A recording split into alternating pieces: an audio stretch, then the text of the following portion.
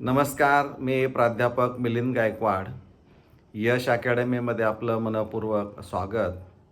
मित्रांनो, जर आपण गेल्या वर्षी इयत्ता 11वीमध्ये सेंट्रलाइज ऑनलाईन ॲडमिशन पद्धतीनं किंवा त्या प्रक्रियेमधून जर प्रवेश घेतला असेल आणि आपला 11वीचा निकाल हा फेल किंवा नापास आला असेल, तर आपणाला त्याच उच्च माध्यमिक विद्यालयात किंवा कनिष्ठ महाविद्यालयामध्ये किंवा अन्यत्र म्हणजे दुसऱ्या उच्च माध्यमिक विद्यालय किंवा कनिष्ठ महाविद्यालयामध्ये पुन्हा नव्याने इयत्ता 11वीमध्ये प्रवेश घेता येऊ शकतो का?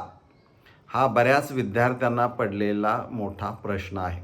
आता या प्रश्नाचं नेमकं उत्तर काय असणार आहे? आपला निकाल जर 11वी फेल आला असेल, तर याचा सरळ एक अर्थ आहे की आपल्याला 12वीमध्ये प्रवेश कोणत्याही परिस्थितीमध्ये मिळणार नाही. बरोबर आहे?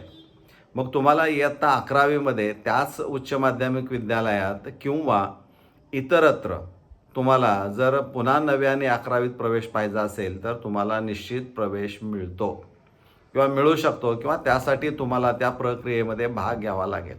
आता ही कोणती प्रक्रिया असणारी आहे? तर शैक्षणिक वर्ष 2026-27साठी ऑनलाईन रजिस्ट्रेशन 10 एप्रिलपासून सुरू झालेलं आहे.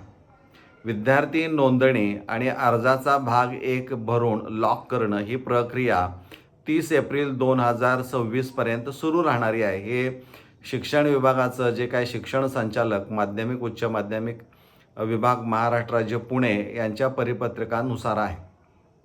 याचा अर्थ ही प्रक्रिया पुढं चालणार नाही का? तर चालणार आहे. प्रत्येक वेळेस तुम्हाला ही संधी स्टुडंट रजिस्ट्रेशन आणि जे काही प्रक्रिया असणार आहे त्या प्रक्रियेमध्ये प्रत्येक वेळी तुम्हाला भाग घ्यायला संधी असणारी आहे. फक्त स्टुडंट रजिस्ट्रेशन हे एकदाच तुम्हाला करायचं आहे. मात्र अर्जाचा भाग 1 आणि 2मध्ये काही दुरुस्त्या निश्चित 100% असणाऱ्या आहेत. मग आम्हाला नेमकं काय करावं लागेल? तर यामध्ये सगळ्यात महत्त्वाचं आहे की सध्या जे रजिस्ट्रेशन चालू आहे त्यामध्ये तुम्ही सहभाग घेऊ शकता. स्टुडंट रजिस्ट्रेशन म्हणजे थोडक्यामध्ये करायचं असेल तर आपणाला MahaFYJCAdmissions.in ही वेबसाईट जी आहे की गेल्या वर्षी तुम्हाला माहीत असणारी आहे, त्या वेबसाईटवर आपल्याला जायचं आहे आणि तिथं स्टुडंट रजिस्ट्रेशन म्हणून असणार आहे. त्याला क्लिक केलं की तुम्हाला स्टुडंट रजिस्ट्रेशनमध्ये जे काही भरायची आहे माहिती ती सगळे डिटेल्स तिथं येतात.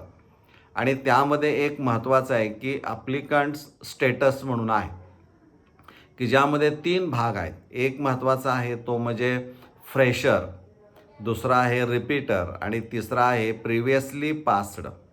आता फ्रेशर म्हणजे कोण असणारे आहेत की जे विद्यार्थी फेब्रुवारी-मार्च 2026मध्ये जी बोर्डानं परीक्षा घेतलेली आहे त्या परीक्षेला अपेअर झालेले विद्यार्थी असणारे आहेत.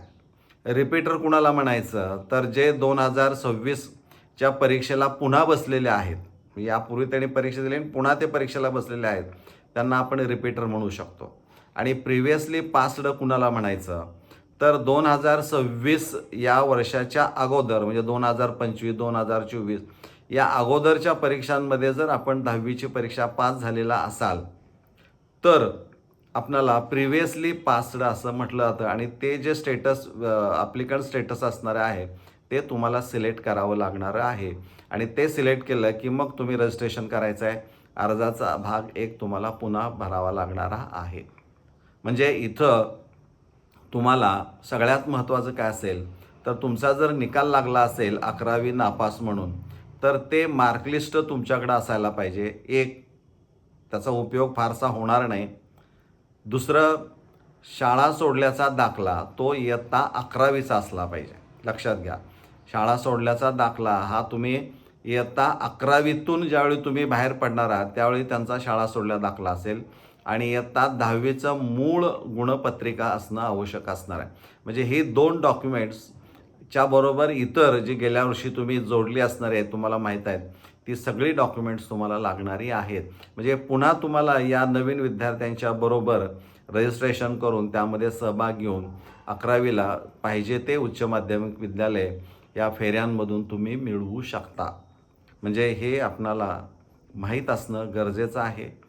हे सांगा की 11वी जरी आपण फेल झालो असलो तरी पुन्हा नव्यानं 11वीमध्ये आपण प्रवेश घेऊ शकतो.